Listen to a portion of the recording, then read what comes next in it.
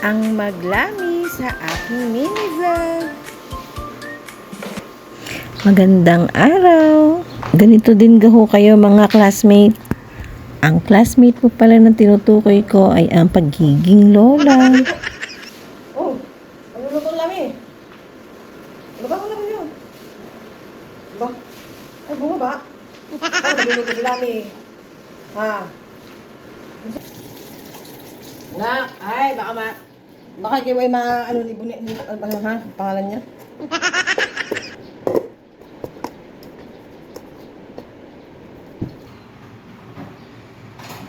Bunsong! Baka hindi makakalmot. Yung ikaw ay pandalas na sa iyong ginagawa dahil baka mamaya ang iyong alaga ay nakalimutan ng pusa o kuya naman ay nahulog na kung saan. Kaya ako'y nagtataka na rin paano kapag napapagkasya at napapagsabay-sabay ang lahat ng ito? Ang lahat ng gampanin ko sa buhay. At ayan na nga, o diga?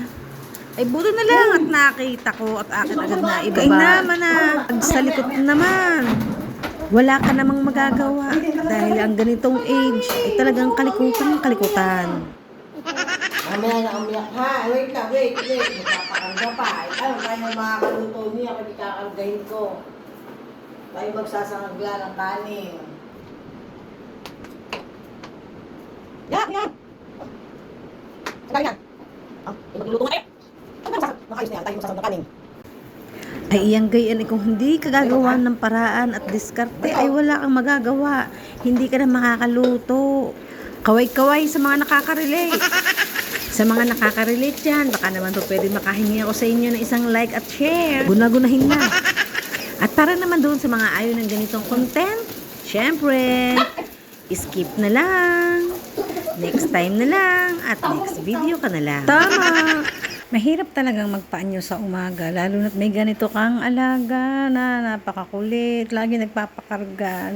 Wala ka namang magagawa dahil mahal na mahal mo naman ang iyong apo. O diga? O siya. Paalam! Thank you for watching!